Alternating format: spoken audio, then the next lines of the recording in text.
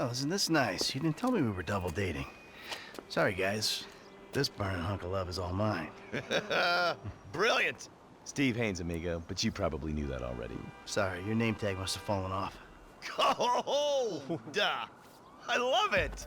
When I remember my first time playing Grand Theft Auto V, I remember the heists, the drama, and the sheer scale of the world, from the vast mountains of Blaine County to the sunny beaches of Los Santos. However, amidst all of its highlights, the attention to detail is what hooked me. Sure, moving shipping containers in the campaign wasn't fun. However, seeing light pollution in the city, making it harder to observe the stars, or perspiration staining a character's clothes as they run for extended periods was mind-boggling.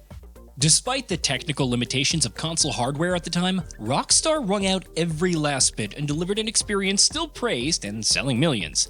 This wasn't smack dab in the middle of the console cycle either. The PS4 and Xbox One would be released in that same year. To say their launch titles had a tough job living up to Grand Theft Auto V's level of quality is an understatement.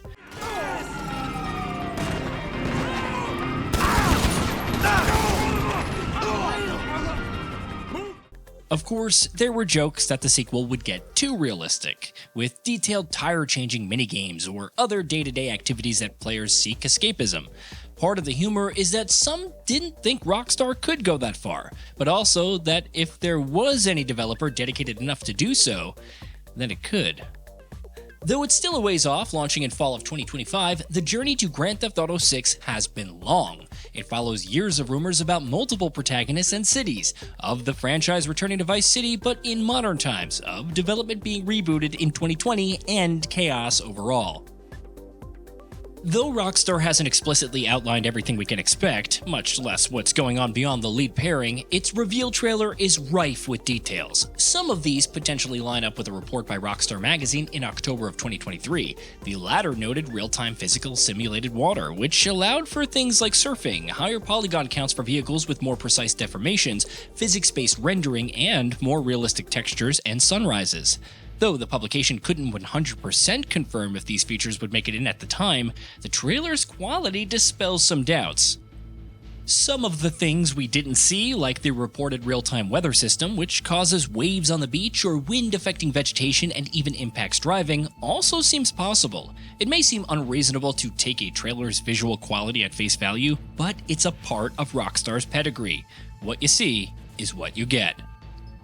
Ignoring all the technical feats, the sheer attention to detail is incredible to behold. From the pedestrians filling the streets to recognizable restaurants and buildings, like the Kaseya Center. Despite brief glimpses of the same, Grand Theft Auto 6 definitely seems like a step up. Even with more than a year before its launch, the hype is palpable. Yet the question arises, much like it did back in 2013. Is it possible to get too realistic? Flashback to Red Dead Redemption 2 when it launched in October of 2018. Though it gained extensive acclaim for its story, characters, visuals, and much more, complaints about the realism began to grow. Perhaps it was just the era of the time, but the tediousness of skinning animals that you hunted, caring for and managing your horse, or keeping protagonist Arthur Morgan in decent shape started getting to some players. He may be as dumb as rocks and as dull as rusted iron, but that ain't changing because he got caught in some snowstorm. Despite being two different franchises, they still echoed concerns about Grand Theft Auto V's realism from way back when. And yet, to this day, fans are still discovering details that they missed on their first playthrough in Red Dead Redemption 2. Still, it is worth pondering what the endgame could be. How much more realistic can you get?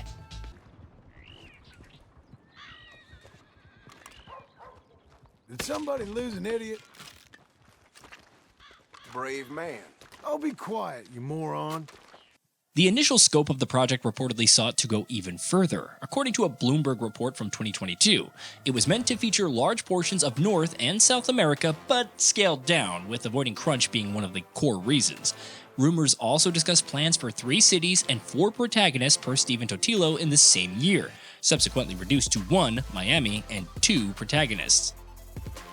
Naturally, the question becomes, how sustainable is such realism in the long term? With a larger scale and rumored updates to add more cities and missions, will Rockstar continue down that path, even if it costs more money and takes more time? Amidst these concerns, I think it's important to remember something that Take-Two Interactive CEO Strauss Zelnick said about Grand Theft Auto 6 release window, before the fall quarter was announced. We're seeking perfection, and when we feel we've optimized creatively, that's the time to release. And we're all in this together. In terms of motivation and incentives, the financial incentives of everyone who works at this company are aligned with those of the shareholders. There's inherent tension, potentially between getting something to market and creating perfection, but this company errs on the side of perfection.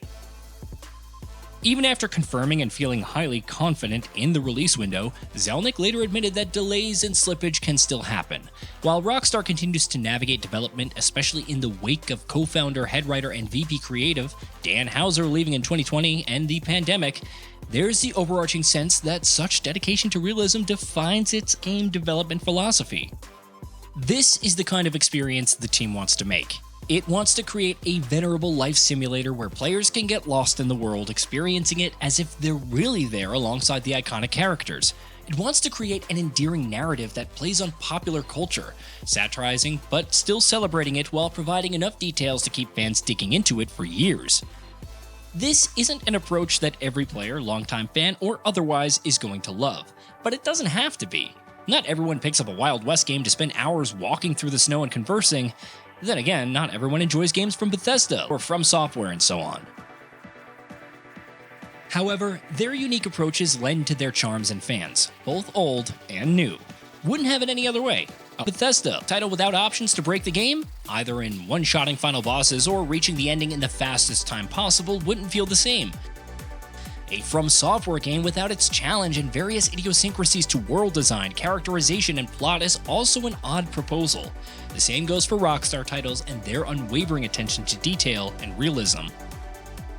We won't know how sustainable such an approach can be in the long term, especially as games get bigger budgets and balloon and technology allows for even more fidelity.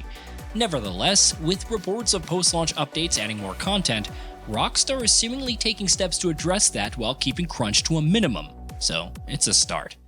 You always said revenge is a luxury we can't afford. This is the right call, Arthur. Take this. Grand Theft Auto 6 is still a ways off. The sheer scale of its ambition has yet to be unveiled. It could be a lot bigger than we imagined, or a bit smaller. Whether it sets new standards for realism or goes beyond the veil of what realism should be, there is no doubt that it will be an immersive experience to remember. Hey, did you know that we at GamingBolt upload new videos every day? Stick around, drop a like, subscribe, and hit that bell, and let us know what kind of content you'd like to see in the future with a comment below.